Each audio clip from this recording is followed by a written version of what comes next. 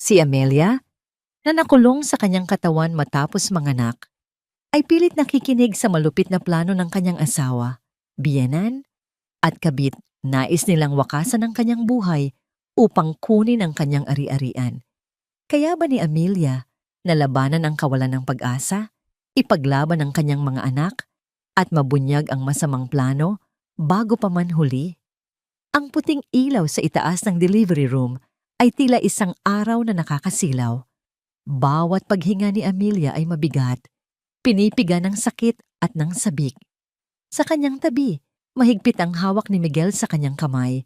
Ang init nito ang tanging pamilyar na bagay sa malamig at esteril na silid. "Kaya mo yan, mahal ko," bulong ni Miguel. Ang kanyang boses ay nanginginig ng bahagya, ngunit pilit na pinatatatag para sa kanya. "Kasama mo ako, hindi kita iiwan." Tumango si Amelia, isang butil ng pawis ang gumulong sa kanyang sentido. Ang bawat paghilab ng kanyang tiyan ay isang alon na nagbabantang lunurin siya. Ngunit sa bawat alon na yon ay ang pangako ng dalawang buhay na ilang sandali na lang ay masisilayan na niya. Hinaplos niya ang munting silver brooch na nakapin sa kanyang damit pang ospital. Pamana pa yon ng kanyang yumaong ina. "Isang munting agimat," sabi nito noon, "para sa ligtas na panganganak." Ngayon, higit kailanman, kailangan niya ang lahat ng uri ng proteksyon. "Isa pa, Mrs. Santos, malapit na!" Sigaw ng doktor na si Carlos de Leon. Sumigaw si Amelia. Ibinuhos ang lahat ng natitirang lakas. Isang sigaw ng sakit, ng pag-asa, ng pag-ibig, at sa gitna ng kaguluhan, isang manipis ngunit malakas na iyak ang pumunit sa katahimikan. Napaluha si Miguel. "Narinig mo yon, Amy? Ang panganay natin." Ngunit hindi pa tapos ang lahat. May isa pa. Muling huminga ng malalim si Amelia, at sa tulong ng mga doktor at nurse, at sa mga bulong ng pagmamahal mula kay Miguel, muling umalingaw-ngaw ang isa pang iyak sa silid. Dalawang malulusog na anghel. Si Luz at si Paz. Hikbing sabi ni Amelia. Ang kanyang puso ay umaapaw sa kaligayahang hindi niya akalaing posible. Nakita niya ang kislap sa mga mata ni Miguel nang ipakita ng nurse ang dalawang sanggol na nababalot ng puting lampin. Ito na yon. Ang pamilyang pinangarap niya. Ang buhay na perpekto. Ngunit bigla, ang liwanag ay nagsimulang magdilim. Ang malinaw na boses ng mga nurse ay naging mga bulong na hindi niya maintindihan. Ang mahigpit na hawak ni Miguel ay tila lumuwag. Isang nakakabinging tunog ng makina ang nagsimulang umugong, mabilis at walang tigil.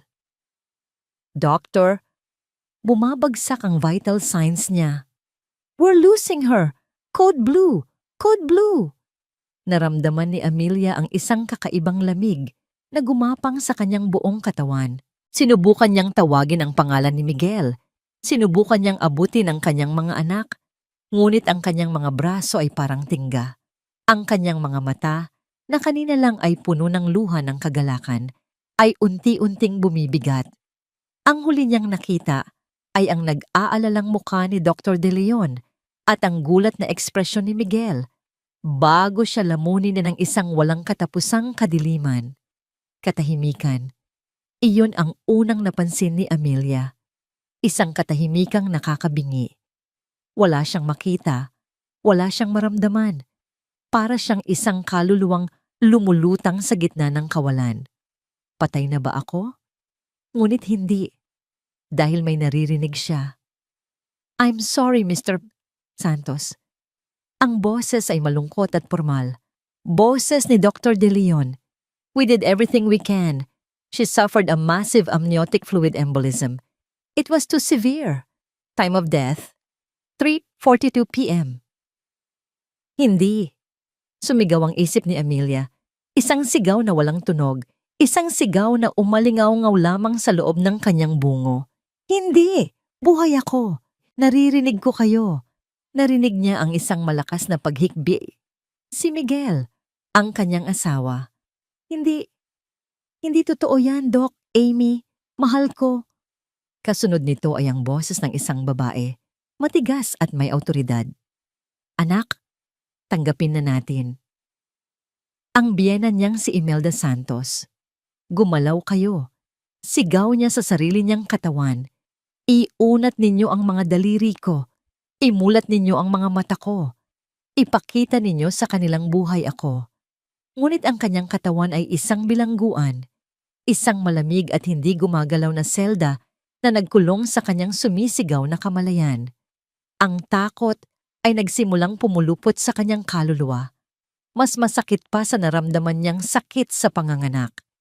Narinig niya ang mga yabag papalabas ng silid.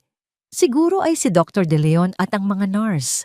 Naiwan ang hikbi ni Miguel at ang nakakakilabot na katahimikan ni Imelda. Ilang sandali pa, tumigil ang pag-iyak ni Miguel. Biglaan, isang nakakabinging katahimikan ang namayani. At sa gitna ng katahimikang yon, narinig ni Amelia ang boses ng kanyang biyenan.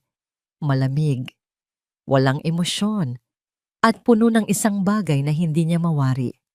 Tagumpay. Huwag kang mag-alala, anak, sabi ni Imelda sa mahinang boses, isang bulong na para lamang sa kanilang dalawa. Ito na ang simula ng bagong buhay para sa atin. Nakuha na natin ang lahat. Ang mga salita ni Imelda ay parang asidong dahan-dahang tumutulo sa kamalayan ni Amelia. Nakuha na natin ang lahat. Ano? Anong ibig niyang sabihin? Sinubukan ng isip ni Amelia na hanapan yon ng ibang kahulugan. Siguro, ang tinutukoy niya ay ang mga apo niya. Siguro, sa sobrang tuwa, iyon lamang ang nasabi niya. Ngunit ang lamig at kalkuladong tono ng kanyang boses ay tumutusok sa anumang pag-asang nagbabadyang mabuo sa dibdib ni Amelia. Mama, hinaan niyo ang boses niyo. Saway ni Miguel. Ngunit kahit sa simpleng pakiusap na yon ay may bakas ng takot at pagkakasala. Hindi iyon ang boses ng isang asawang nagluluksa. Iyon ay boses ng isang kasabwat. Bakit? May makakarinig ba sa atin? Sagot ni Imelda at narinig ni Amelia ang kaluskos ng papel. Nandito na sa akin ang kopya ng life insurance policy niya. Napakalaki, Miguel. Mas malaki pa sa inaakala ko. Ang lahat ng pinaghirapan ng ama niya, ang mga ari-arian na nakapangalan sa kanya, sa atin na mapupunta. Parang isang malaking tipak ng yelo ang bumagsak sa sikmura ni Amelia. Life insurance, ari-arian. Ito ba ang dahilan? Ito ba ang halaga ng kanyang buhay? Ang kanyang pagmamahal? Ang mga anak na kaluluwal pa lamang niya? Mama, pero paano? Ang sabi ng doktor. Ano ang sabi ng doktor? Putol ni Imelda. Napatay na siya? Mas mabuti nga iyon. Pero kailangan nating sundin ang proseso. Sasabihin natin sa doktor na gusto nating hintayin ang opinyon ng ibang espesyalista. Bibigyan natin siya ng 30 araw. After 30 days, kapag wala pa ring pagbabago, tayo na mismo ang pipirma sa papeles para tanggalin ang life support. It will look like a merciful decision. Isang desisyon ng isang pamilyang pagod ng umasa. 30 araw. Binigyan nila ng taning ang kanyang buhay. 1 buwan na paghihintay bago nila siya tuluyang patayin para legal na makuha ang lahat. Ang puso ni Amelia, na sa isip niya ay tumigil na sa pagtibok, ay nagsimulang magpumiglas sa galit. Ang lalaking pinangakuan niya ng habang buhay, ang lalaking ama ng kanyang mga anak, ay kasama sa planong ito. Gusto niyang sumigaw. Gusto niyang magmura. Mga demonyo, mga sakim. Ngunit bago pa man niya maisatinig ang galit sa kanyang isipan, narinig niya ang marahang pagbukas ng pinto ng silid. May mga yabag na papalapit, mga takong na pumapalakpak sa sahig. Isang pamilyar na tunog, ngunit hindi niya matukoy kung saan narinig. At mayroon pang isa. Isang amoy, isang matamis na pabango na minsan na niyang naamoy sa damit ni Miguel pagka-uwi nito mula sa isang overtime sa trabaho. Miguel, mahal, malambing na sabi ng isang babae. Nanlamig ang buong pagkatao ni Amelia. Kilala niya ang boses na yon, si Isabel Rosales, ang bago nilang assistant sa opisina. Ang babaeng ipinakilala sa kanya ni Miguel bilang parang nakababatang kapatid. Naramdaman niya ang pagbabago sa hangin, ang paglapit nito sa kanyang kama, at pagkatapos, ang tunog na tuluyang dumurog sa anumang natitira sa kanyang puso.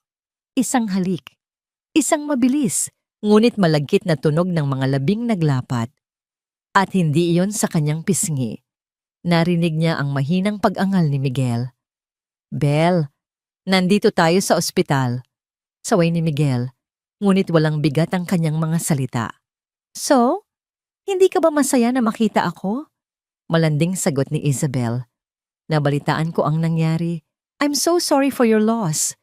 Dagdag pa nito, ang bawat salita ay puno ng pekeng pakikiramay na halos masuka si Amelia. "Tama na yan," sabad ni Imelda. Tila walang pakialam sa eksena.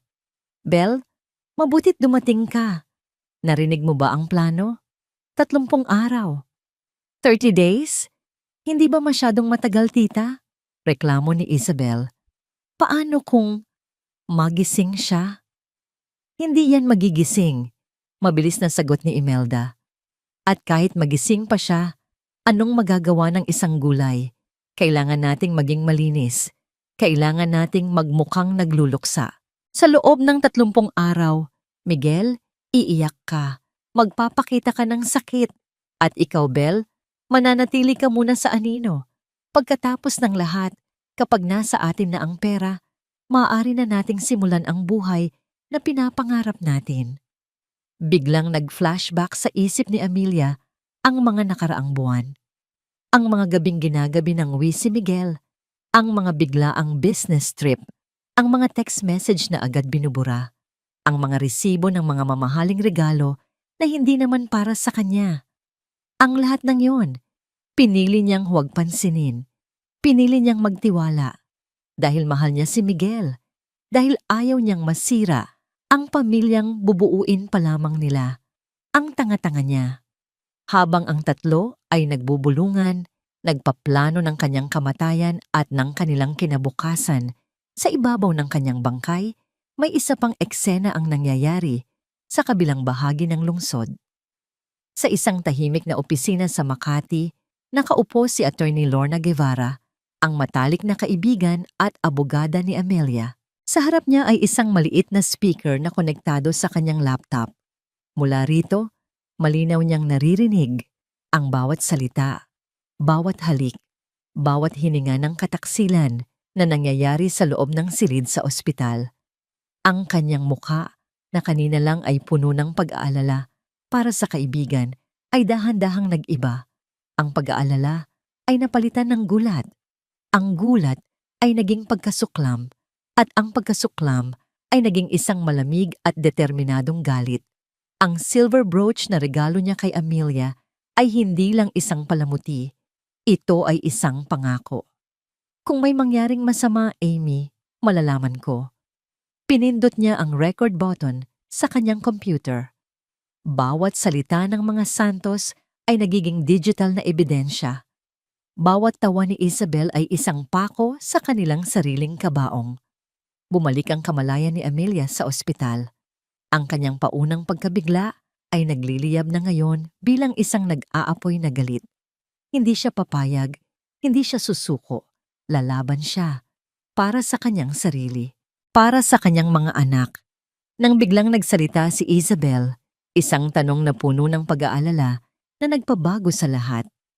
"Miguel, tita, paano yung mga bata? Si Luz at Paz, anong gagawin natin sa kanila?" Mayroong sandaling katahimikan. At pagkatapos ay sinabi ni Isabel ang mga salitang tuluyang nagwasak sa mundo ni Amelia at nagbigay sa kanya ng pinakamatinding dahilan para mabuhay. Inihaplos ni Isabel ang kanyang tiyan at sinabing, "Kailangan nating bilisan. Hindi pwedeng lumaki ang tiyan ko na hindi pa natin naaayos ang lahat." Ang mga salita ni Isabel ay parang bombang sumabog sa loob ng isipan ni Amelia. Nag-iwan ng nakabibinging katahimikan at pira-pirasong alaala. Hindi pwedeng lumaki ang tiyan ko. Buntis siya. Ang kirida ng asawa niya ay nagdadalang tao. Ang galit na naramdaman ni Amelia kanina ay biglang napalitan ng isang malawak at malamig na kawalan. Parang binuhusan ng nagyayelong tubig ang kanyang buong kaluluwa, pinapatay ang anumang natitirang alab ng pag-asa. Hindi lang pala ito tungkol sa pera, ito ay pagpapalit.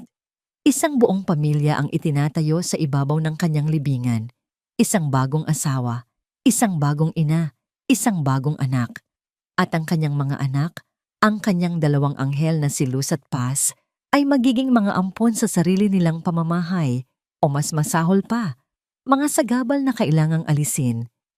Narinig niya ang pagbuntong hininga ni Imelda, tila isang negosyanteng sinusuri ang isang komplikadong problema. Huwag kang mag-alala, Isabel. Lahat ay nakaplano na. Kailangan lang nating maging maingat.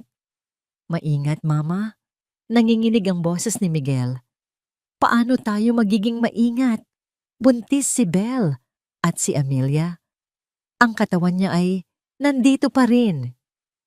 Kaya nga sinabi kong 30 araw, mariing sabi ni Imelda.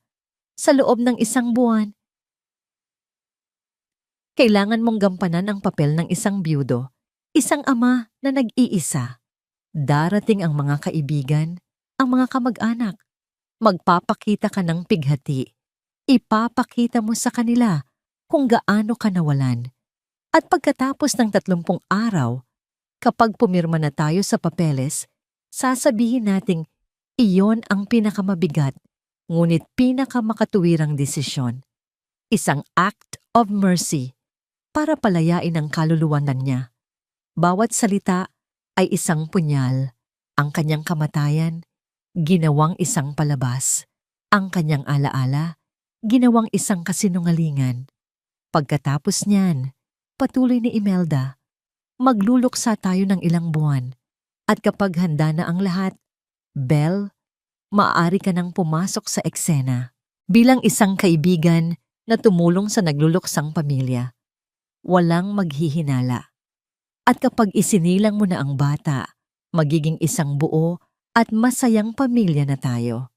Isang buo at masayang pamilya. Ang mga salitang yon ay paulit-ulit na umalingaw-ngaw sa isip ni Amelia. Bawat ulit ay mas masakit. Iyon ang pangarap niya. Iyon ang buhay na ipinagdasal niya. At ngayon, naririnig niya itong inaangkin ng mga taong pumatay sa kanya. Gusto niyang ipikit ang kanyang mga mata, ngunit nakapikit na ang mga ito. Gusto niyang takpan ang kanyang mga tainga, ngunit wala siyang magawa, kundi ang pakinggan ang bawat detalye ng kanilang masamang balak. Maya-maya pa, pumasok ang isang nurse sa silid. Mr. Santos, oras na po para sa check-up. Agad na nagbago ang himig sa silid. Narinig ni Amelia ang isang malakas na paghikbi. Si Miguel, umiiyak siya. Ngunit ngayon, alam na ni Amelia ang kaibahan. Hindi ito iyak ng pighati. Ito ay iyak ng isang aktor. Isang napakagaling na aktor. Salamat, nurse, sabi ni Miguel sa pagitan ng mga hikbi. Kamusta na siya?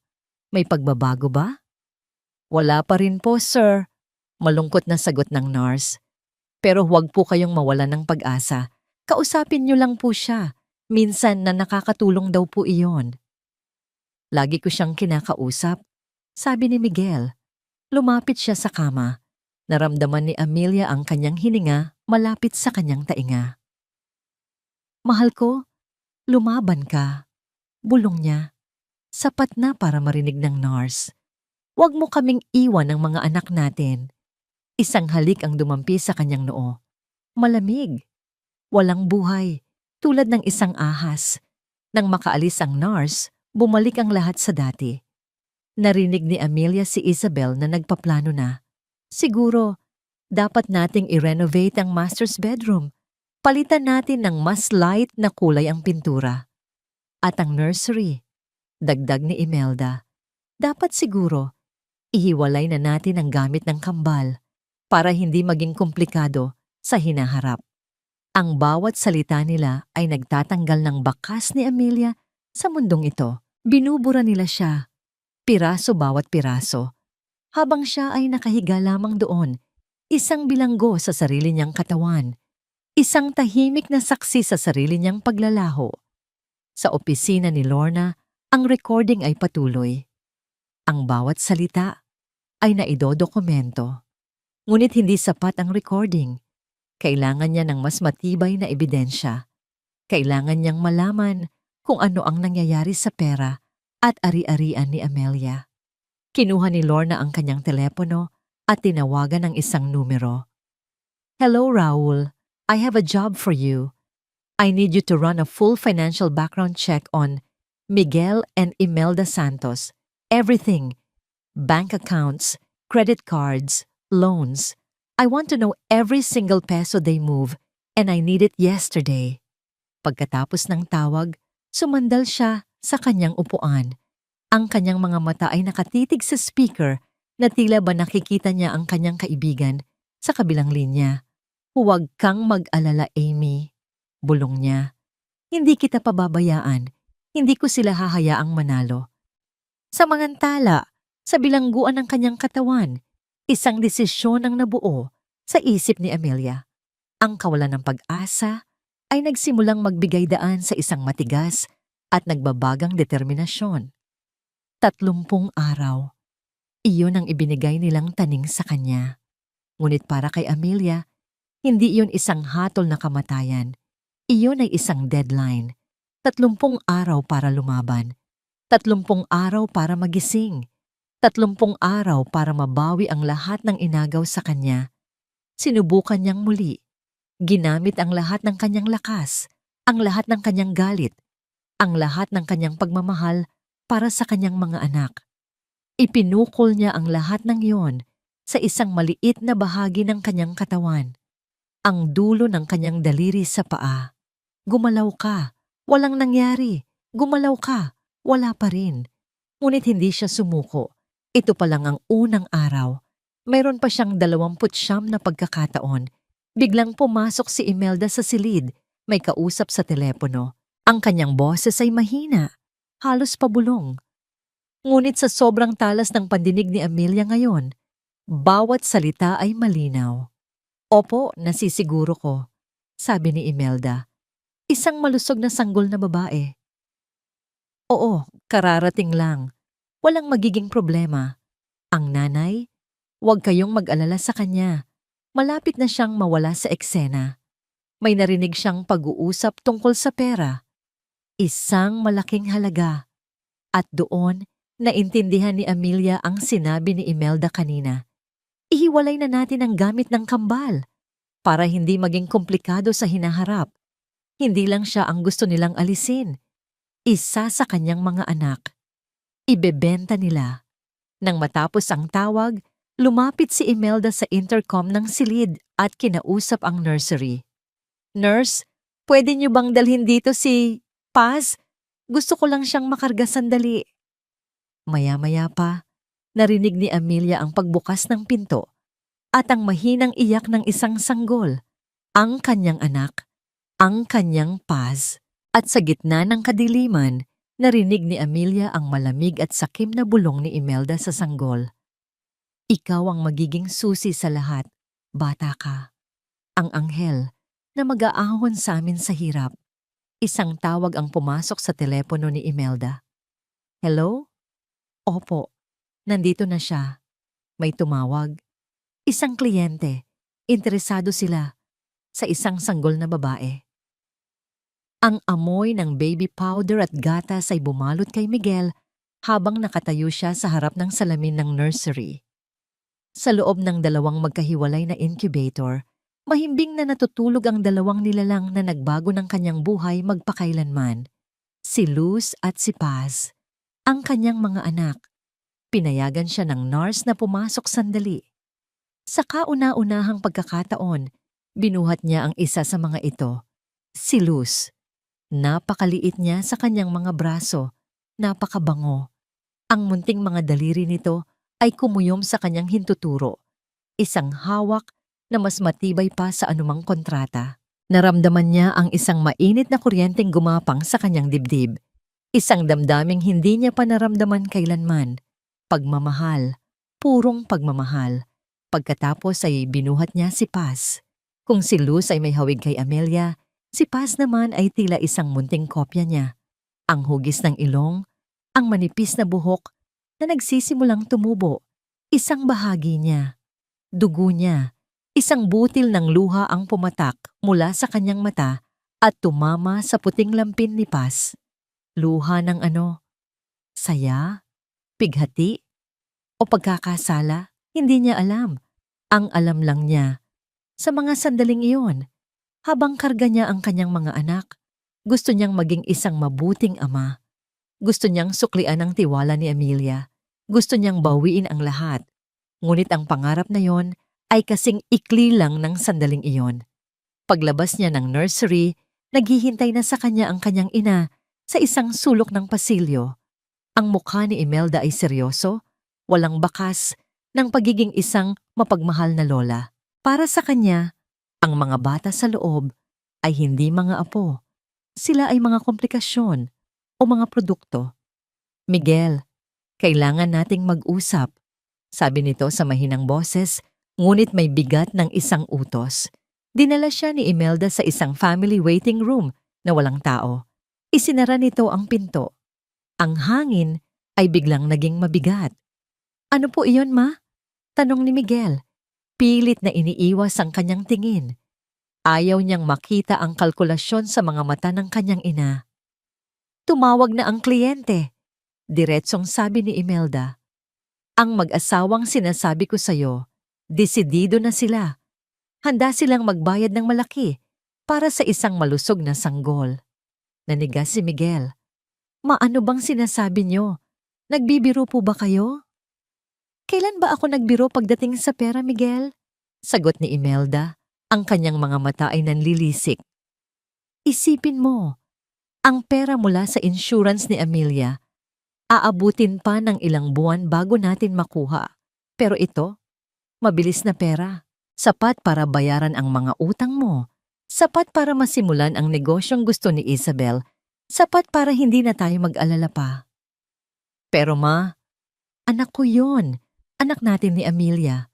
Halos pabulong na sigaw ni Miguel. Hindi ko pwedeng ibenta ang sarili kong anak. Isang malutong na sampal ang dumapos sa pisngi ni Miguel. Hindi malakas, ngunit puno ng insulto. Huwag kang umarte na para kang isang santo, singhal ni Imelda. Saan ka kukuha ng pera para sa pagbubuntis ni Isabel? Saan ka kukuha ng panggastos habang naghihintay tayo? Huwag mong sabihing hindi mo naisip to. Dalawa sila, Miguel. Sobra ang isa. Hindi, ma. Mali ito. Mali ito. Pilit ni Miguel. Kinukumbinsi ang sarili higit pa sa kanyang ina. Ngumisi si Imelda. Isang ngising nakakakilabot. Mali? Gusto mo bang pag-usapan natin kung ano ang tunay na mali? Huwag mong kakalimutan, Miguel, kung bakit ka napunta sa posisyon mo ngayon. Huwag mong kakalimutan ang aksidente na nangyari sa ama ni Amelia noon. Pareho tayong may hawak na sikreto. Isang maling galaw mo lang, pareho tayong babagsak. Ang banta ay hindi na kailangang ipaliwanag pa. Ang alaala ng gabing iyon, ang madilim na kalsada, ang preno ng sasakyan, ang kasinungalingang binuo nila, ay sapat na para supilin ang anumang natitirang tapang ni Miguel. Nawalan siya ng lakas, napaupo siya sa silya, ang kanyang mga kamay ay nanginginig. Lumapit si Imelda, ang kanyang boses ay biglang naging malumanay. Tulad ng isang manggagamot na nagbibigay ng lason. Hindi natin siya ibebenta, anak. Ibibigay natin siya sa isang mas magandang buhay. Isipin mo, isang pamilyang mayaman na hindi magkakaanak. Ibubuhos nila ang lahat ng pagmamahal at kayamanan sa kanya. Magkakaroon siya ng buhay na hindi natin kayang ibigay. Hindi ba't isang kabutihan yon? Pumasok si Isabel sa silid. Bit-bit ang 2 tasa ng kape. Ang kanyang muka ay puno ng pag-aalala. Ngunit alam ni Miguel na ito ay para sa sarili niya, hindi para sa kanya. Inilapag niya ang kape at hinaplos ang braso ni Miguel. Mahal, napag-usapan na namin ni tita. Malambing niyang sabi. Para rin naman to sa kinabukasan natin, ng pamilya natin. Idiniin niya ang salitang natin. Hindi ko kayang mag-alaga ng anak ng iba, Miguel, lalo na't may sarili tayong bubuuin. Masakit man, pero kailangan nating maging praktikal.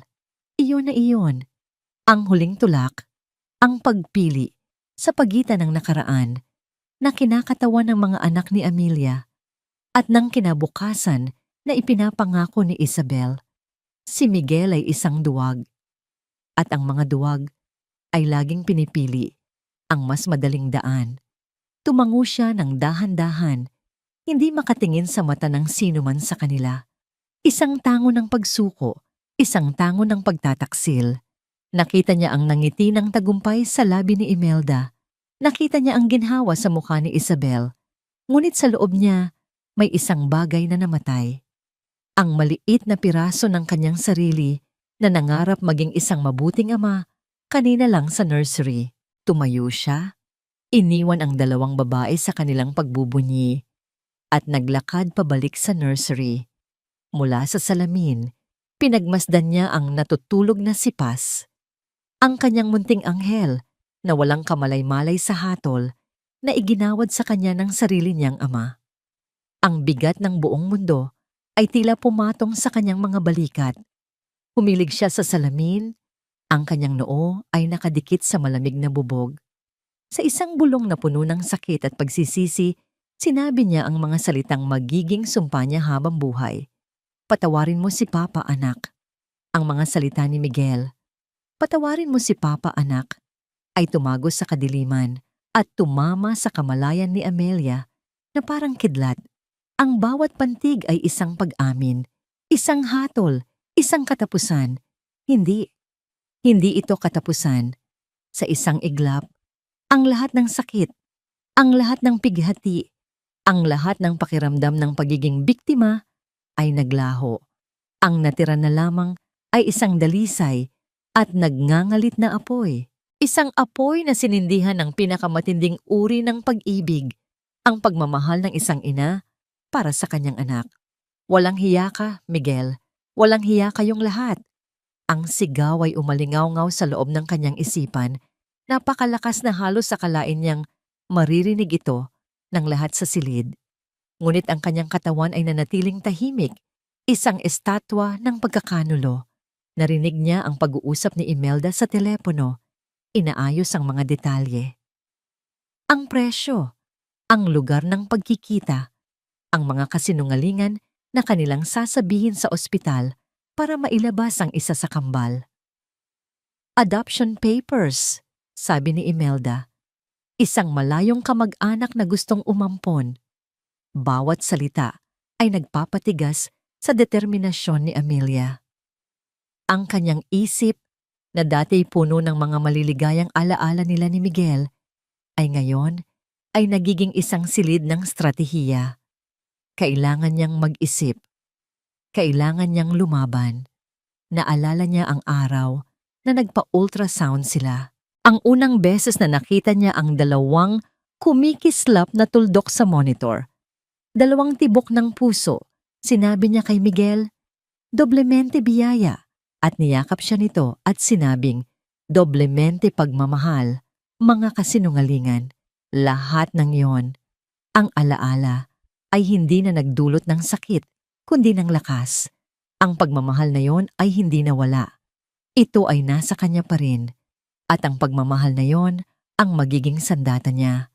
Isinara niya ang kanyang isip sa lahat ng ingay sa paligid, sa boses ni Imelda, sa pagdaan ng mga nurse, sa tunog ng mga makina. Itinuon niya ang lahat ng kanyang enerhiya, lahat ng kanyang kalooban, sa isang sulong punto. Ang hinliliit ng aking kaliwang kamay, imahinasyon.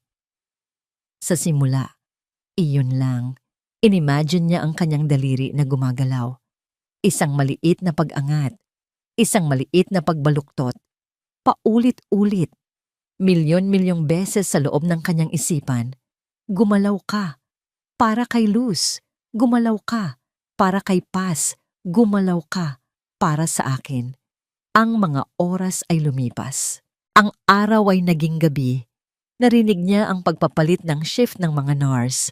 Narinig niya si Miguel na pumasok, nagpaalam sa kanya ng isang pekeng. Good night, mahal, bago umuwi sa kanilang bahay, sa kanilang kama, kung saan, sigurado siya, ay naghihintay na si Isabel. Sa gitna ng gabi, sa katahimikan ng ospital, isang nurse ang pumasok para ayusin ang kanyang kumot. Isang mabait na nurse, base sa lambing ng kanyang mga kamay. Hey, Ma'am Amelia, bulong ng nurse habang inaayos ang kanyang unan. Kung naririnig niyo man ako, lumaban po kayo. Ang gaganda po ng mga anak ninyo. Kanina, parang hinahanap na nila ang kanilang nanay. Ang mga salitang yon ay parang gasolinang ibinuhos sa nag-aalab ng apoy sa puso ni Amelia. Hinahanap nila ako. Muli niyang sinubukan. Sa pagkakataong ito, may kasamang imahe. Ang mga mukha ng kanyang mga anak. Ang maliliit nilang mga kamay. Ang kanilang mga unang iyak. Ipinukol niya ang lahat ng pagmamahal na yon. Ang lahat ng pangungulila. Ang lahat ng galit sa dulo ng kanyang daliri. At pagkatapos, may nangyari. Isang kislap. Isang kuryente. Isang bahagyang pag-angat. Napakaliit. Napakabilis. Na halos hindi niya naramdaman. Ngunit naramdaman niya. Isang twitch. Isang hindi voluntaryong paggalaw. Napatigil ang nurse sa kanyang ginagawa. Tinitigan nito ang kamay ni Amelia. Ano yon? Ngunit ang daliri ay hindi na muling gumalaw. Bumalik ito sa pagiging bato. Guni-guni ko lang siguro, sabi ng nurse sa sarili, at nagpatuloy na sa kanyang gawain bago lumabas ng silid. Ngunit para kay Amelia, iyon ay hindi guni-guni. Iyon ay isang himala, isang senyales, isang patunay na mayroon pang pag-asa, na ang kanyang katawan, ang kanyang bilangguan, ay may siwang na pala. Isang maliit na butas kung saan maaaring makadaan ang liwanag. Nang sumunod na araw, pumasok si Imelda sa silid. Ang kanyang mukha ay masaya. Ang kanyang mga hakbang ay magaan. May dala siyang bulaklak para sa palabas. Inilagay niya ito sa florera, sa tabi ng kama ni Amelia. Lumapit siya. Ang kanyang mukha ay ilang pulgada na lang mula kay Amelia. Ang amoy ng kanyang mamahaling pabango ay nakakasulasok. Alam mo, Amelia, bulong ni Imelda, ang kanyang boses ay puno ng paghamak at tagumpay. Mas mabuti na rin siguro na ganito ka. Isang pabigat lang na malapit nang mawala. Inayos ni Imelda ang buhok ni Amelia na nakakalat sa unan. Isang kilos na puno ng pagkukunwari. At ang isa mong anak?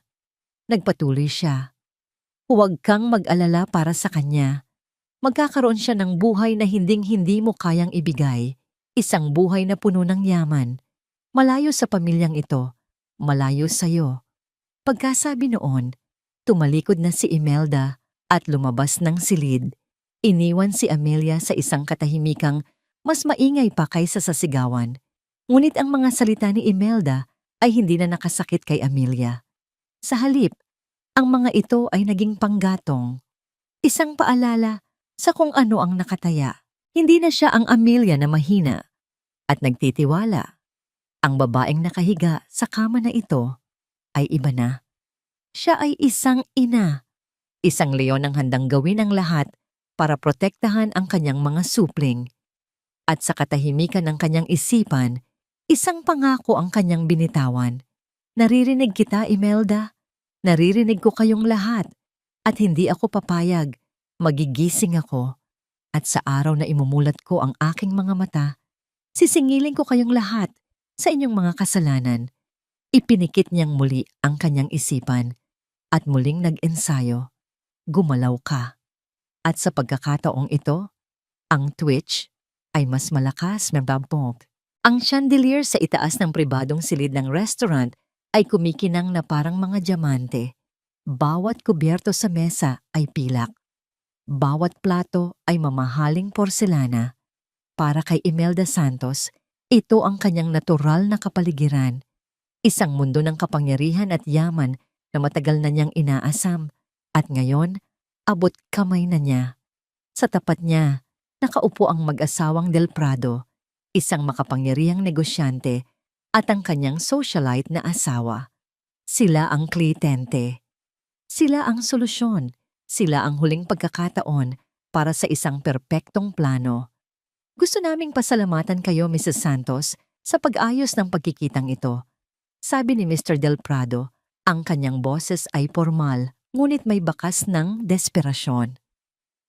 Tawagin niyo na lang akong Imelda. Nakangiting sabi ni Imelda. Ang kanyang nangiti ay ensayado, puno ng init at peking pag-unawa. Pamilya na rin naman ang turingan natin, hindi ba? Sa kanyang tabi, si Miguel ay hindi mapakali. Pinaglalaruan niya ang tinidor, iniiwasan ang tingin ng lahat. Mukha siyang isang batang napilitang sumama sa isang pagtitipon ng mga matatanda. Duwag, isip ni Imelda. May kasamang bahagyang pagkadismaya. Ngunit sa ngayon, kailangan niya ang kahinaan ng kanyang anak. Ang totoo, Imelda, nagsalita si Mrs. Del Prado, ang kanyang mga matang namumugto ay hindi maikukubli ng mamahaling pampaganda.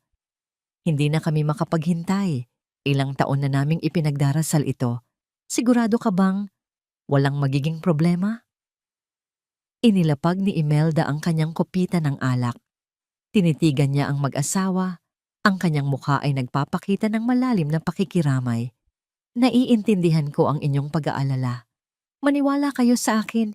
Ito ay isang napakabigat na desisyon para sa aming pamilya. Ang aking manugang, si Amelia, nasa napakadelikadong kalagayan. At ang aking anak na si Miguel, nag-iisa na lang niyang bubuhayin ang 2 bata. Huminga siya ng malalim, isang dramatic pause na kanyang pinraktis. Hindi sa hindi namin mahal si Paz. Diyos ko, mahal na mahal namin ang batang iyon. Ngunit paano namin maibibigay sa kanya ang buhay na nararapat sa kanya kung ang aming pamilya ay nasa gitna ng trahedya? Sa inyo, alam kong magkakaroon siya ng buo at masayang pamilya. Isang kinabukasan na puno ng pagmamahal. Ito ay isang sakripisyo, ngunit isang sakripisyo para sa kanyang ikabubuti. Ang mga salita ay perpektong napili. Bawat isa ay tumutusok sa puso ng desperadong mag-asawa. Nakita ni Imelda ang pagkinang ng luha sa mga mata ni Mrs. Del Prado. Panalo na siya. Kinuha ni Mr. Del Prado ang isang itim na portfolio sa ilalim ng mesa at inilapag ito.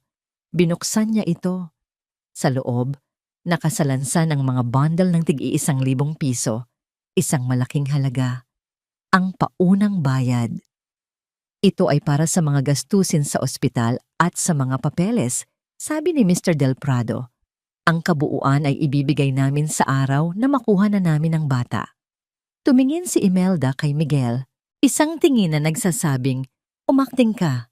Si Miguel na tila nagising sa kanyang pagkakatulala ay tumingin sa pera, pagkatapos ay sa mag-asawa. Sana alagaan ninyo siyang mabuti, sabi niya. Ang kanyang boses ay basag. Sa pagkakataong ito, hindi iyon pag-arte. Ang sakit ay totoo. At iyon ang nagpakumbinsi sa mag-asawa. Makakaasa kayo. Taimtim na, sabi ni Mr. Del Prado. Pagkatapos ng hapunan, habang nasa sasakyan sila pauwi, ang katahimikan sa pagitan ni Imelda at Miguel ay mabigat.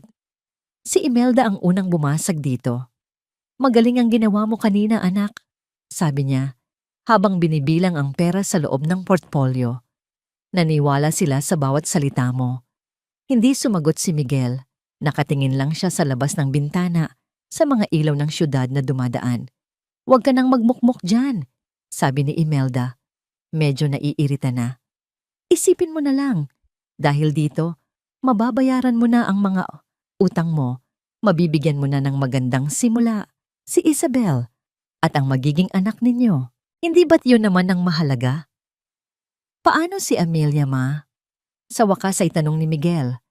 Ano ang paano si Amelia? Paano kung magising siya? Natawa si Imelda, isang tawang walang saya. Miguel, ilang linggo nang nakalipas. Kung magigising siya, dapat noon pa. Huwag kang mag-alala. Kinausap ko na si Dr. De Leon kanina. Sinabi ko na sa kanya na sa ika-30 araw, Pipirmahan na natin ang mga papeles. Ang sabi niya, naiintindihan daw niya ang ating masakit na desisyon. Pagdating sa bahay, nadatnan nila si Isabel na naghihintay sa sala. Nang makita niya ang portfolio sa kamay ni Imelda, isang malaking ngiti ang gumuhit sa kanyang mga labi. Niyakap niya si Miguel. Tapos na, mahal? Maayos na ba ang lahat? Tumangulang si Miguel at dumiretso sa kanilang silid. Ang silid na dati sa kanila ni Amelia. Sinundan siya ni Imelda ng tingin. Mahina pa rin ang kanyang anak, ngunit hindi bale.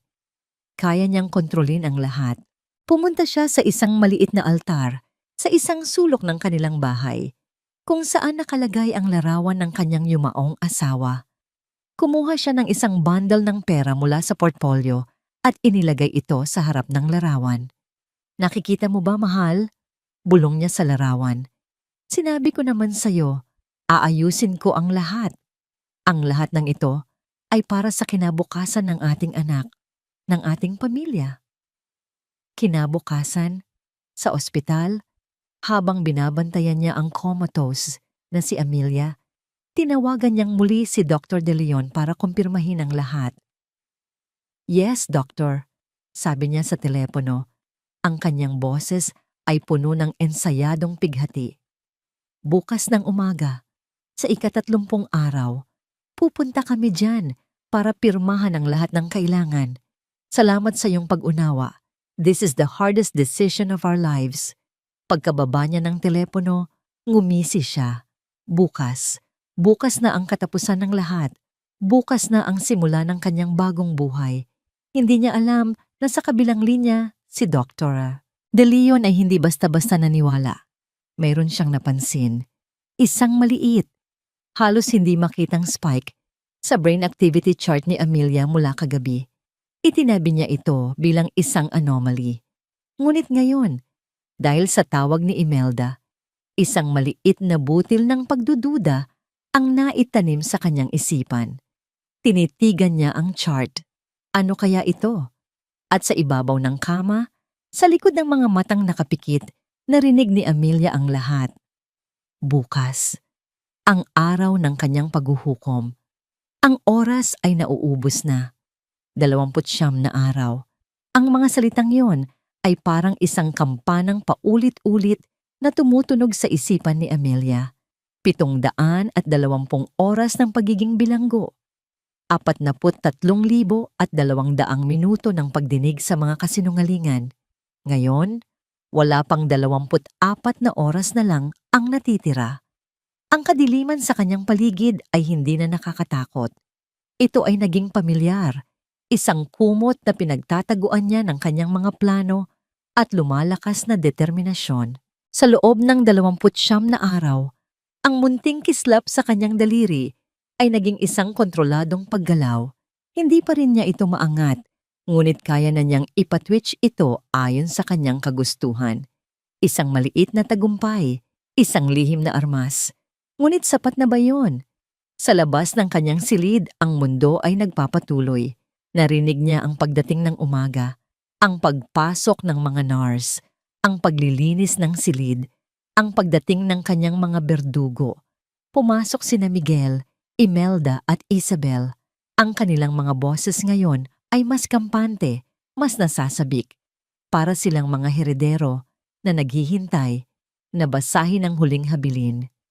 Ito na ang huling araw ng paghihirap mo, Amelia, sabi ni Imelda habang inaalis ang mga luma at lantang bulaklak sa florera. Bukas, sa wakas, makakapagpahinga ka na. Nagpa-reserve na ako sa paborito nating restaurant, mahal. Sabi naman ni Isabel kay Miguel. Sapat na para marinig ni Amelia. Para i-celebrate ang bagong simula. Si Miguel ay hindi nagsalita. Ngunit ang kanyang katahimikan ay isang pagsang-ayon. Lumapit sila sa kama para sa kanilang huling palabas. Ang kanilang huling paalam. Amy, mahal ko, sabi ni Miguel. Hinawakan ng kanyang kamay. Ang init ng kamay nito ay parang apoy na nakakapaso. Patawarin mo ako. Ginawa ko ang lahat. Sinungaling. Mamimiss ka namin, sabi ni Isabel, hinahaplos ang kanyang buhok.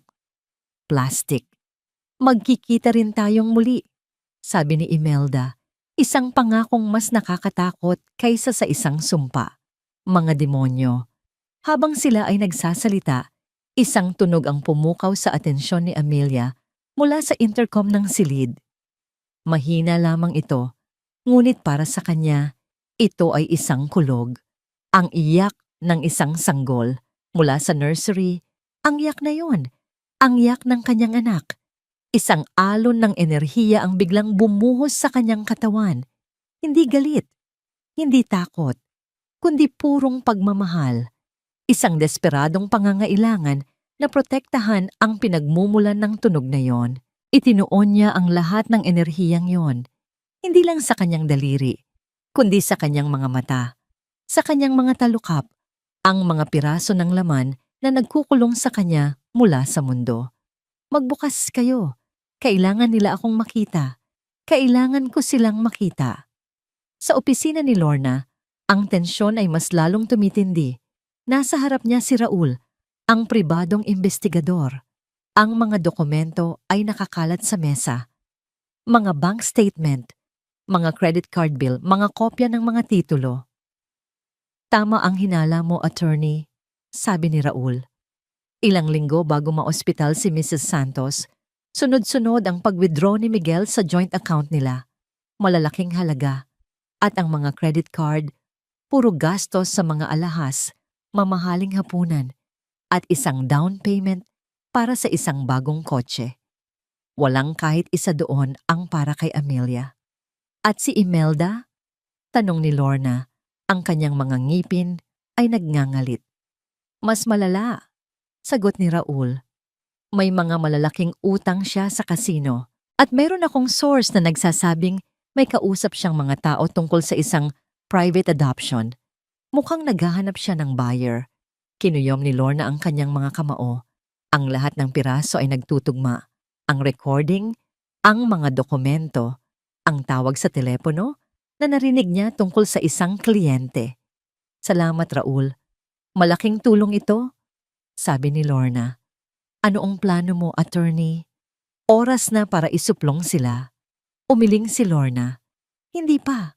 Kung susugod tayo ngayon, sasabihin lang nilang pinaplano pa lang nila. Kailangan natin silang mahuli sa akto. Sa mismong oras na pipirmahan na nila ang papeles para patayin si Amelia. Tumingin siya sa orasan. Bukas ng umaga, kailangan nating maghanda. Kinuha niya ang telepono at tinawagan ng isang mataas na opisyal ng pulisya na kanyang pinagkakatiwalaan. Kolonel, kailangan ko ng tulong mo. Pabalik sa ospital. Papalabas na ang tatlo sa silid. Handa na silang iwanan si Amelia sa kanyang huling gabi. Huminto si Miguel. Tumingin siya sa brooch na nakapin pa rin sa damit ni Amelia. Ang munting agimat na ibinigay nito sa kanya. Isang alaala ng pagmamahal na kanyang sinira. Itinaas niya ang kanyang kamay. Akmang aalisin ito. Siguro para itago o para ibenta. Hayaan mo na yan, pigil ni Imelda. Wala namang halaga yan. Isa lang yang piraso ng lata. Ibinalik ni Miguel ang kanyang kamay. Sumunod siya sa kanyang ina at kay Isabel palabas ng silid. Nang magsara ang pinto, nag-iisa na naman si Amelia. Ngunit sa pagkakataong ito, may nag-iba. Ang kanyang pagpupumilit kanina. Ang kanyang pagtuon sa kanyang mga mata. Isang bagay ang gumalaw. Sa ilalim ng kanyang nakapikit na kanang mata, isang butil ng likido ang nabuo. Mainit, maalat. Dahan-dahan itong gumulong, bumagtas sa kanyang pisngi at nahulog sa puting unan. Isang luha.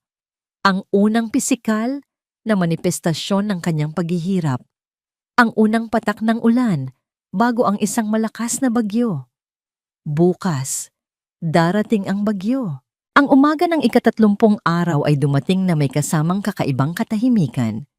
Para kay Amelia, ang bawat segundo ay parang isang butil ng buhangin na nahuhulog sa isang hourglass. Hudyat ng nalalapit niyang katapusan o ng kanyang pinakahihintay na paglaya. Ang luha kagabi ay isang tagumpay, ngunit hindi pa sapat. Kailangan niya ng higit pa. Kailangan niya ng boses. Kailangan niya ng mga mata. Narinig niya ang pagdating nila, ang mga yabag sa pasilyo. Mas marami sila ngayon. Pumasok sa silid si Dr. Carlos De Leon kasama ang isang head nurse. Ang kanilang mga mukha ay seryoso at malungkot.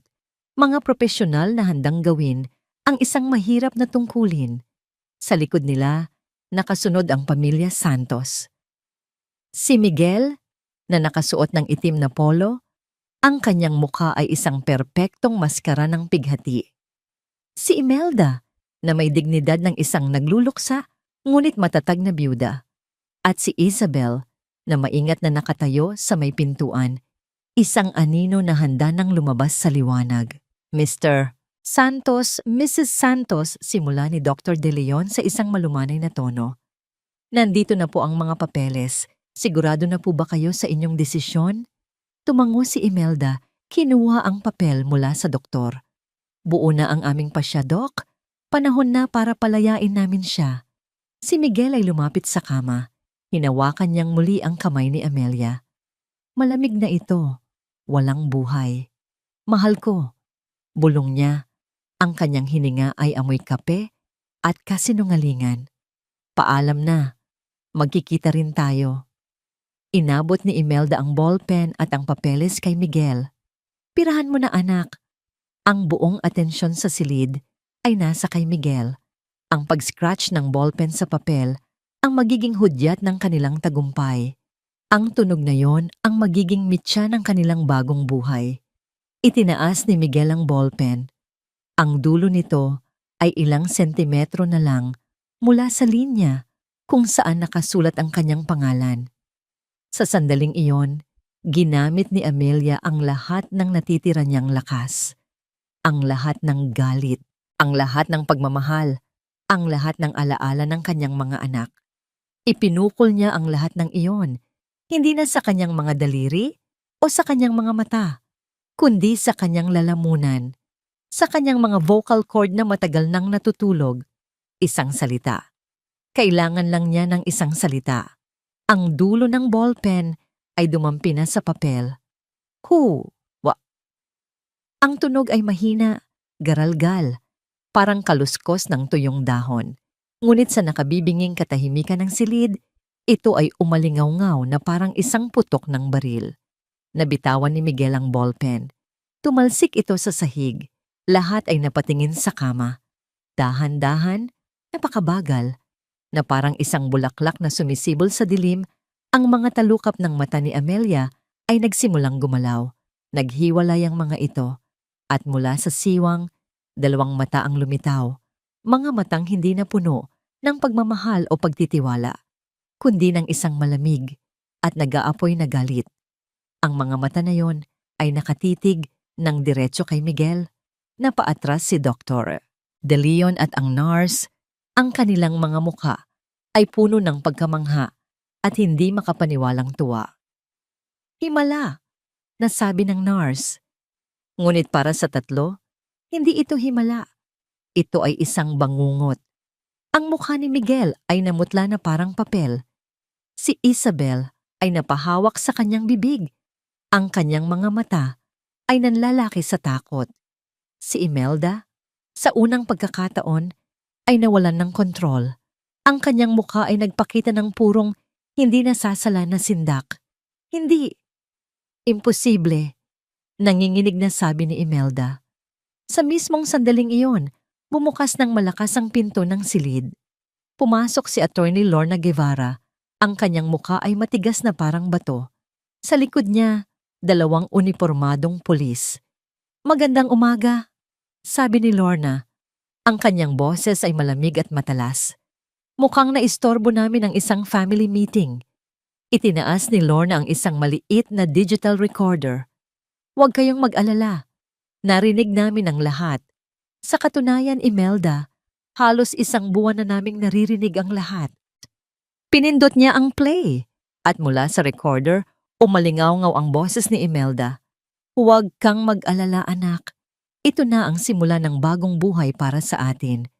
Nakuha na natin ang lahat. Ang kulay sa mukha ni Imelda ay tuluyang naglaho. Muling nagsalita si Amelia. Mas malakas na ngayon, ang kanyang mga mata ay hindi pa rin inaalis kay Miguel. Traidor. Iyon na ang hudyat. Lumapit ang mga pulis. Miguel Santos, Imelda Santos, Isabel Rosales, inaaresto namin kayo para sa kasong conspiracy to commit murder. Nagsimulang magpumigla si Imelda. Walang katibayan yan. Gawa-gawa nyo lang yan. Bukod sa recording ng bawat pag-uusap ninyo sa loob ng 30 araw, kalmadong sabi ni Lorna habang inilalabas ang isang folder ng mga dokumento.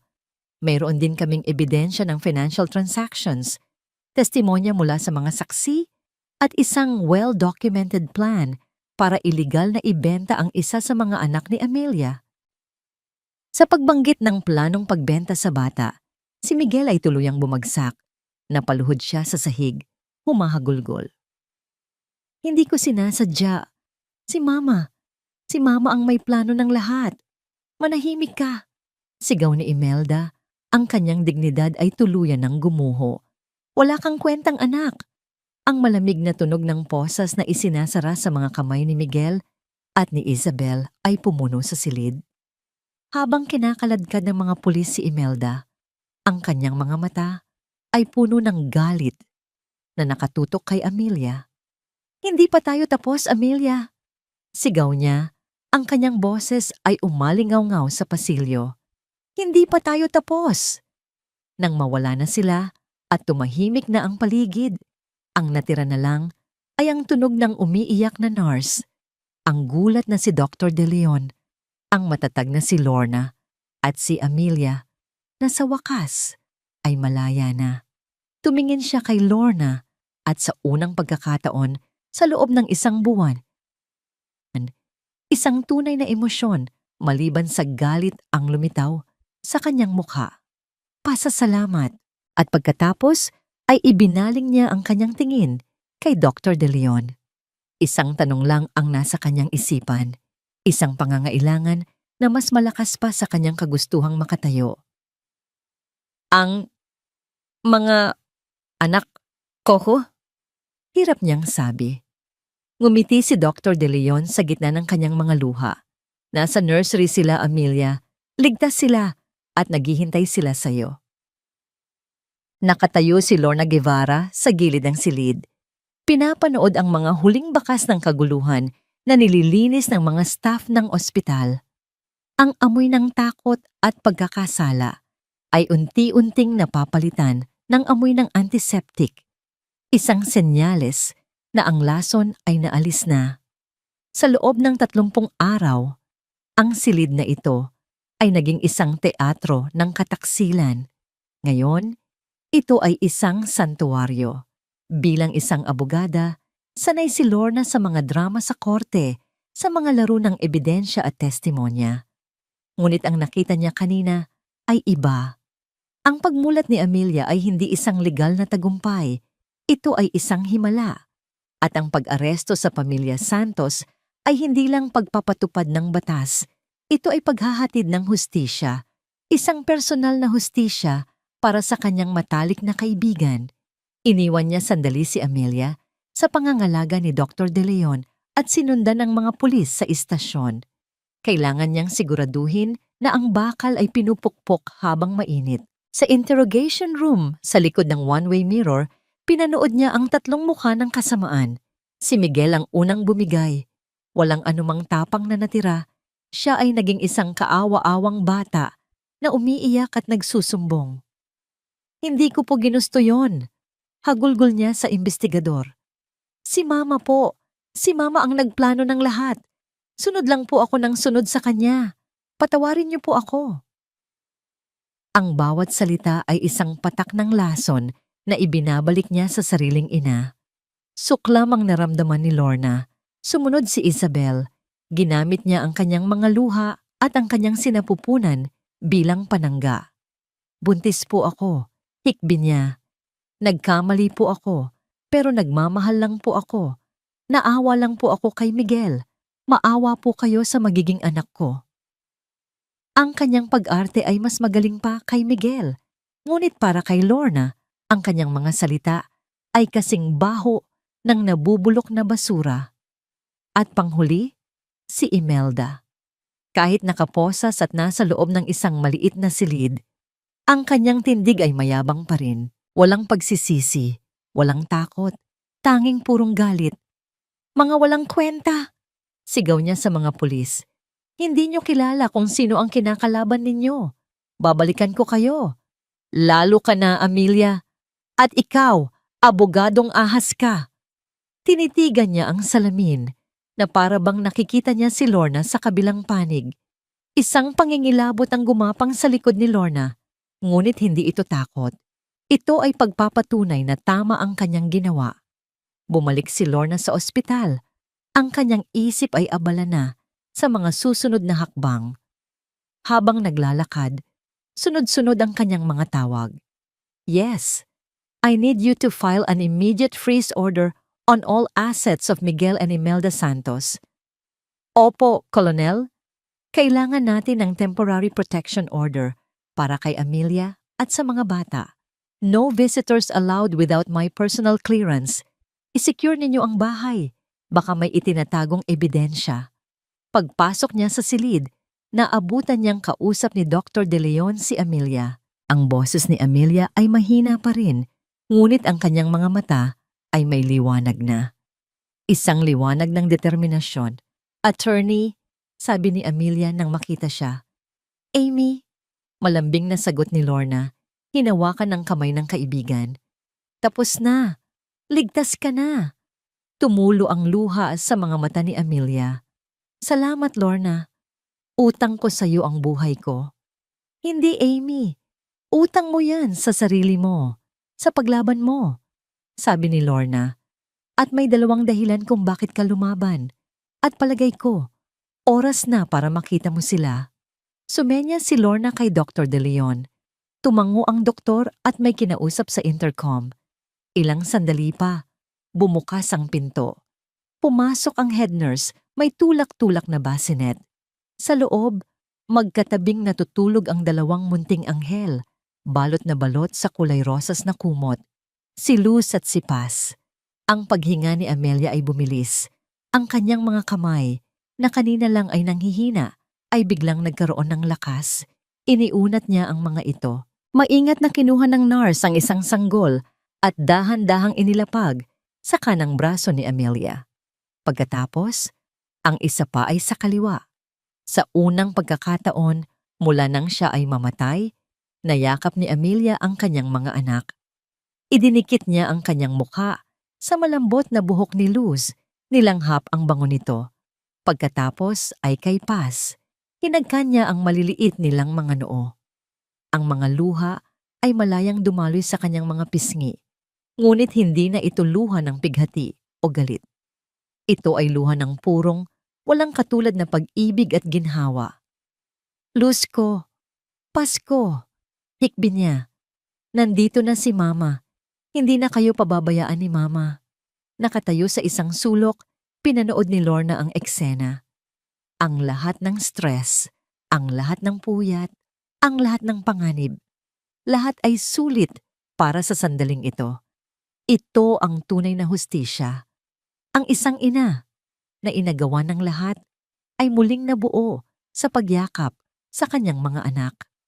Ngunit ang kapayapaan ay panandalian lamang. Biglang nag-vibrate ang telepono ni Lorna. Isang text message mula sa kanyang assistant sa opisina. Ati, tumawag po ang abogado ni Imelda Santos. Nag-declare po sila na not guilty sa lahat ng paratang. Lalaban daw po sila sa korte hanggang sa huli. Tumingin si Lorna mula sa kanyang telepono patungo sa mag-iinang payapang magkayakap. Ang laban na ito ay hindi pa tapos. Nagsisimula pa lang ang tunay na digmaan.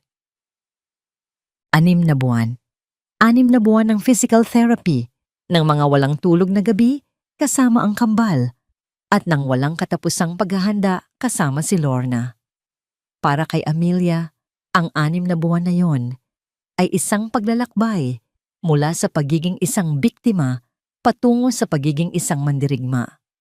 Bawat masakit na pag-unat ng kanyang mga kalamnan ay isang paalala ng kanyang pagkakabilanggo, ngunit bawat pag-angat ng kanyang mga braso para kargahin ang kanyang mga anak ay isang tagumpay. Ang kanyang boses, na dati isang garalgal na bulong, ay malinaw at matatag na ngayon. At ang kanyang mga mata, na minsay nakakita lang ng kadiliman, ay nakatuon na ngayon sa isang layunin, katarungan. Ang courtroom ay puno. Ang media, ang mga usisero, ang mga pamilyang nag-aalala. Ang kaso ni Amelia Reyes Santos ay naging isang pambansang sensasyon. Ang Sleeping Beauty na nagising para isumbong ang kanyang mga berdugo. Sa kabilang panig ng silid, nakaupo ang 3. Si Miguel, mas payat, ang kanyang muka ay guhit-guhit ng pagsisisi at takot. Si Isabel, na malaki na ang tiyan, ay nakayuko, iniiwasan ang tingin ng lahat. At si Imelda, walang nagbago sa kanya. Ang kanyang tindig ay matigas, ang kanyang mga mata ay nanlilisik pa rin sa galit, hindi sa pagsisisi. Nagsimula ang paglilitis. Ang unang tumestigo ay si Dr. De Leon. Ipinaliwanag niya ang kalagayan ni Amelia bilang isang locked-in state, isang medikal na himala. Her will to live, sabi ng doktor, fueled by her maternal instinct, was stronger than any medicine. Sumunod ang mga ebidensya ni Lorna, ang mga bank statement, ang mga recording, ang testimonya ng mag-asawang Del Prado na inalok bilhin si Paz. Bawat isa ay isang pako sa kabaong ng depensa. Ngunit ang pinakamatinding sandali ay nang tawagin si Amelia sa witness stand. Habang naglalakad siya patungo sa harapan, ang buong silid ay tumahimik. Bawat hakbang niya ay matatag. Bawat paghinga niya ay kontrolado. Umupo siya, tumingin ng diretso sa hukom, at pagkatapos ay sa 3 taong sumira sa kanyang buhay. Maaari mo bang isalaysay sa korteng ito ang mga pangyayari, Mrs. Santos? Tanong ni Lorna. At nagsalaysay si Amelia. Hindi siya umiyak, hindi siya sumigaw. Ang kanyang boses ay kalmado, ngunit ang bawat salita ay may bigat ng kanyang pinagdaanan. Ikinuwento niya ang kanyang pagkakakulong sa sariling katawan, ang bawat plano na kanyang narinig, ang bawat halik ni Isabel kay Miguel, ang bawat kalkulasyon ni Imelda. Nang ikwento niya ang planong pagbenta kay Paz, isang kolektibong paghinga ng pagkagulat ang narinig mula sa mga tao sa korte. Tumingin si Amelia kay Miguel. Sa unang pagkakataon, nagtama ang kanilang mga mata. Nakita niya sa mga mata nito ang lahat, ang pagsisisi, ang hiya, ang paghingi ng tawad. Ngunit huli na ang lahat. Ibinaling niya ang kanyang tingin. Ang abogado ni Imelda ay sinubukang sirain ang kanyang testimonya. Hindi ba't posible, Mrs. Santos, na dahil sa iyong kondisyon, ang lahat ng ito ay isang masamang panaginip lamang? Isang halusinasyon? Tumingin si Amelia sa abogado at pagkatapos ay sa hurado. Ang pagmamahal ng isang ina sa kanyang mga anak ay hindi isang halusinasyon. Sagot niya. Ang kanyang boses ay umalingaw-ngaw sa buong silid. Ang pagnanais na protektahan sila mula sa kasamaan ay ang pinakatotoong bagay sa mundong ito. Narinig ko ang lahat at naaalala ko ang lahat. Pagkatapos ng ilang linggo ng paglilitis, dumating na ang araw ng hatol. Muling napuno ang courtroom. Ang tensyon ay halos mahahawakan. Tumayo ang hukom. Sa kasong People of the Philippines versus Imelda Santos, Miguel Santos, and Isabel Rosales, pinigilan ni Amelia ang kanyang paghinga. Hinawakan ni Lorna ang kanyang kamay sa ilalim ng mesa. This court finds you, Imelda Santos, and you, Miguel Santos, guilty beyond reasonable doubt for the crime of frustrated murder and attempted human trafficking. Isang malakas na ingay ang pumuno sa silid. Si Imelda ay sumigaw. Isang sigaw ng hayop na nasukol. Walang hustisya dito? Si Miguel ay napahagulgol. Ang kanyang katawan ay nayanig sa tindi ng kanyang pag-iyak. And for you, Isabel Rosales, patuloy ng hukom. This court finds you guilty as an accomplice to the crime. Ang sentensya ay mabigat. Mahabang taon ng pagkakakulong para kina Imelda at Miguel. Isang mas maikling sentensya para kay Isabel. Isinasaalang-alang ang kanyang pagbubuntis.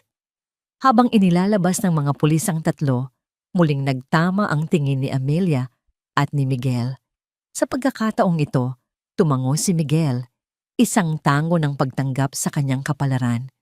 Paglabas ni Amelia sa korte, sinalubong siya ng mga kamera at mikropono, ngunit hindi siya nagpaunlak ng panayam. Tumingala siya sa maliwanag na sikat ng araw, isang bagay na akala niya'y hindi na niya muling makikita. Huminga siya ng malalim, ang hangin ng kalayaan. Umuwi siya sa isang tahimik na bahay na inupahan ni Lorna para sa kanya at sa mga bata. Pagpasok niya, sinalubong siya ng yaya na karga-karga sina Luz at Paz. Kinuha niya ang kanyang mga anak, niyakap sila ng mahigpit. Tapos na mga anak ko, bulong niya. Tapos na ang laban, nanalo tayo. Ngunit habang pinagmamasdan niya ang mga inosenteng mukha ng kanyang kambal, isang sulat ang iniabot sa kanya ng katulong. Galing sa city jail, nanginginig ang kanyang mga kamay habang binubuksan ito. Ang sulat kamay ay pamilyar. Galing kay Miguel. Ang laban sa korte ay tapos na. Ngunit alam ni Amelia na ang laban sa loob ng kanyang puso ay nagsisimula pa lamang. Ang papel sa kamay ni Amelia ay tila mas mabigat kaysa sa isang ordinaryong liham. Ilang araw na itong nakatago sa kanyang drawer, isang piraso ng nakaraan na ayaw niyang buksan. Ngunit ngayong gabi, sa katahimikan ng madaling araw, habang mahimbing na natutulog ang kanyang kambal sa kanilang kuna, alam niyang kailangan na niya itong harapin. Ang sulat kamay ni Miguel ay nanginginig. Ang mga letra ay basang-basa sa tila mga patak ng luha. Amelia, hindi ko alam kung paano sisimulan to. At lalong hindi ko alam kung babasahin mo to. Siguro, kung ako sa'yo, pupunitin ko na lang to at itatapon. Karapat-dapat lang naman sa akin. Walang araw dito sa loob na hindi kita naiisip. Walang gabi na hindi ko pinagsisisihan ng lahat. Ang bawat kasinungalingan, ang bawat kataksilan. Naging duwag ako, Amelia. Naging sakim. Nagpadala ako sa tukso, sa pera, at sa takot ko kay mama. Pero walang anuman sa mga yon ang sapat na dahilan para sa ginawa ko sa'yo. Ikaw ang pinakamabuting bagay na nangyari sa akin at sinira kita. Sinira ko tayo. Patawarin mo sana ako. Hindi para sa akin, kundi para sa'yo. Para maging malaya ka na sa galit. Mabuhay ka sana ng masaya kasama ang mga anak natin. Mahal na mahal ko kayo. Miguel, binasa niya ito ng isang beses. Pagkatapos ay isa pa. At isa pa. Walang luha, walang galit. Ang naramdaman lang niya ay isang malawak na kalungkutan. Isang panghihinayang hindi para sa kanilang pag-ibig na nawala, kundi para sa lalaking minsan niyang minahal na nagawang maligaw ng ganoon kalayo. Ang sorry niya ay totoo. Siguro, ngunit sapat na ba yon? Kinabukasan dinala niya ang kambal sa sementeryo sa puntod ng kanyang mga magulang. Umupo siya sa damuhan habang ang dalawang bata ay masayang naglalaro sa kanilang stroller. Hi ma, hi pa, bulong niya sa malamig na lapida. Nanalo po kami sa kaso. Nakakulong na sila. Isang malamig na hangin ang umihip, tila isang haplos mula sa kabilang buhay. Pero hindi ko po alam kung anong gagawin ko ngayon. Pagpapatuloy niya. Nagpadala siya ng sulat, humihingi ng tawad. Paano ko po siya patatawarin? Paano ko patatawarin ang mga taong halos pumatay sa akin at gustong ibenta ang isa sa mga apo ninyo? Tumingin siya kina Luz at Paz. Ang kanilang mga tawa ay musika sa kanyang tainga. Sila ang kanyang lakas. Sila ang kanyang buhay. Pero ayokong lumaki sila na may daladalang bigat sa puso ang nanay nila. Sabi niya, mas para sa sarili niya. Ayokong magturo ng galit. Gusto kong magturo ng pag-ibig. Ang pagpapatawad. Hindi ito isang regalo para kay Miguel. Isa itong regalo para sa kanyang sarili. Ang pagpapalaya sa huling tanikala na nag-uugnay sa kanya sa masalimuot na nakaraan. Tumayo siya. Kinuha niya ang sulat mula sa kanyang bulsa. Hindi niya ito pinunit. Maingat niya itong tiniklop at ibinalik. Ang hindi niya pagtugon, ang kanyang katahimikan, iyon na ang kanyang sagot. Isang pagtanggap na tapos na ang lahat at isang desisyon na magpatuloy. Pag-uwi niya, tumawag si Lorna. Ang boses nito sa kabilang linya ay masaya at opisyal. Amy, good news! Final na ang divorce decree mo. Officially, you are a free woman. At sa iyo ang sole and absolute custody ng kambal. Walang habol si Miguel. Isang malaking bigat ang nabunot sa dibdib ni Amelia. Salamat sa lahat, Lorna. May isa pa. Sabi ni Lorna, ang kanyang boses ay bahagyang nag-iba.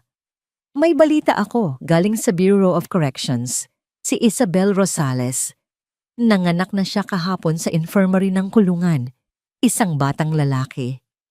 Natahimik si Amelia, isang bata, isang inosenteng bata na isinilang sa loob ng bilangguan na walang ibang kasalanan kundi ang maging anak ng mga taong nagkasala.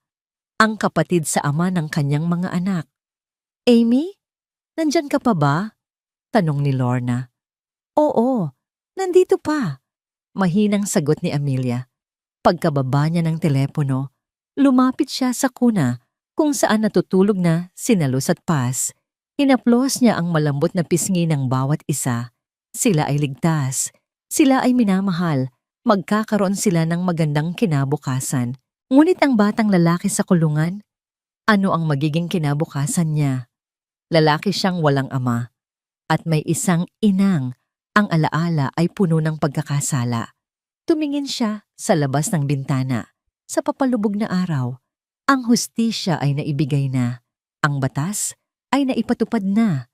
Ngunit ang habag ay isang personal na desisyon. Isang desisyon na siya lang ang makakagawa. At sa sandaling iyon, habang pinagmamasdan niya ang kanyang dalawang natutulog na anghel, isang hindi inaasahang plano ang nabuo sa kanyang isipan. Isang plano na hindi nakabatay sa galit ng nakaraan, kundi sa pag-asa para sa kinabukasan. Isang plano para sa isang batang hindi niya pa nakikita, ngunit sa isang banda ay kadugo pa rin ng kanyang mga anak. Isang taon na ang nakalipas mula nang imulat ni Amelia ang kanyang mga mata at bawiin ang kanyang buhay.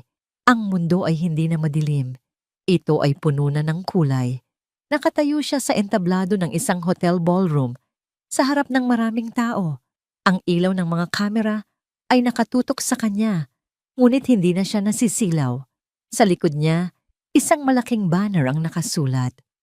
The Reyes Foundation, pag-asa para sa mga ina at anak, grand launching.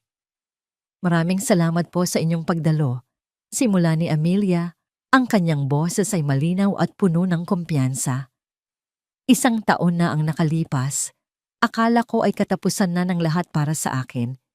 Ngunit natutunan ko na kung minsan, ang mga pinakamasakit na pagtatapos ay simula lamang pala ng mga pinakamagandang kabanata. Ginamit niya ang isang bahagi ng perang minana niya sa kanyang mga magulang, ang parehong perang pinag-interesan nina Imelda, para itayo ang pundasyong ito. Isang organisasyong tutulong sa mga single mothers, mga biktima ng abuso, at mga batang nangangailangan. Ginawa niyang isang simbolo ng pag-asa, ang isang bagay na minsay naging sanhi ng kasakiman.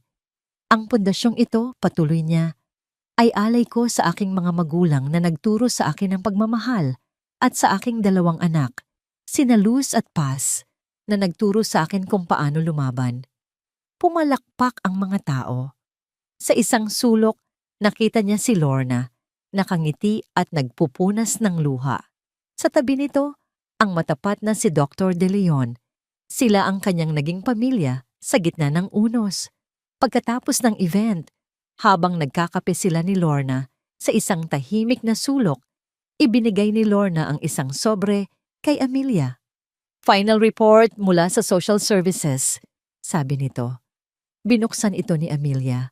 Sa loob, mga litrato ng isang malusog at masayang batang lalaki na naglalaro sa isang malinis na bahay ampunan. Sa ilalim, may sulat mula sa head nun, Mrs. Santos muli. Maraming salamat sa iyong buwanang anonymous donation. Ang batang si David ay lumalaking malusog at bibo. Napakalaking tulong ng iyong suporta para sa kanyang kinabukasan. Hindi na David ang pangalan nito sa birth certificate, ngunit iyon ang pangalang ibinigay ni Amelia na ang ibig sabihin ay minamahal. Isang bagong simula, isang bagong pagkakakilanlan, malayo sa anino ng kanyang mga magulang. Sigurado ka na ba talaga dito, Amy? Tanong ni Lorna sa ika-100 beses. Handa akong tumulong para sa legal adoption kung gugustuhin mo. Umiling si Amelia. Hindi, Lorna. Hindi ko siya kayang palakihin. Bawat tingin ko sa kanya, makikita ko lang sila. Ang magagawa ko lang ay siguraduhin na hindi niya mararanasan ng hirap. Na magkakaroon siya ng pagkakataong mamili ng sarili niyang landas, malayo sa kasalanan ng nakaraan. Iyon ang habag na kaya kong ibigay. Isinara niya ang sobre. Ito ang kanyang huling ugnayan sa pamilya Santos. Isang lihim na kabutihan na siya lang, si Lorna. At ang Diyos ang nakakaalam. Kinabukasan, dinala ni Amelia ang kambal sa Batangas sa isang private beach resort kung saan sila lang ang tao. Ang puting buhangin, ang asul na dagat, ang ginintuang sikat ng araw. Ito ang paraiso. Ang kambal, na ngayon ay marunong nang maglakad, ay masayang naghahabulan sa dalampasigan. Ang kanilang maliliit na paa ay gumagawa ng mga marka sa buhangin, mga markang madaling mabura ng alon, ngunit ang alaala ay mananatili magpakailanman. Umupo si Amelia sa isang banig, pinapanood ang kanyang 2 himala. Si Luz, na kamukha niya, ay ang mas mahinahon. Si Paz, na may mga mata ni Miguel, ay ang mas malikot at matapang. Isang perpektong balanse, lumapit ang 2 sa kanya. Ang kanilang mga mukha ay puno ng ngiti at buhangin. Niyakap niya sila ng mahigpit. Nilanghap ang amoy ng dagat at araw sa kanilang mga buhok. Mama, sabi ni Paz, itinuturo ang papalubog na araw. Tumingin si Amelia sa dapit hapon.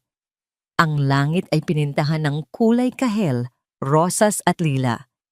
Isang pangako ng panibagong umaga. Hindi na niya naisip ang nakaraan. Ang sakit, ang pagkakanulo, ang paghihiganti. Lahat ng iyon ay bahagi na lang ng kwentong nagdala sa kanya kung nasaan siya ngayon. Ang mahalaga ay ang ngayon, ang yakap ng kanyang mga anak, ang tunog ng kanilang mga tawa, ang kapayapaan sa kanyang puso. Hinalikan niya ang tuktok ng ulo ng kanyang kambal. Kayo ang aking himala, bulong niya. Kayo ang aking lahat. At sa paglubog ng araw sa abot-tanaw, alam ni Amelia na sa wakas, pagkatapos ng mahabang kadiliman, nakauwi na siya. At dito po nagtatapos ang kwento ni Amelia. Isang kwento ng katatagan, pag-ibig at pag-asa. Ang aral na iniiwan sa atin ng kwentong ito ay ang walang kapantay na lakas ng isang ina. Ipinapakita nito na kahit sa pinakamadilim na sandali, ang pagmamahal para sa anak ay maaaring maging liwanag na gagabay sa atin pabalik.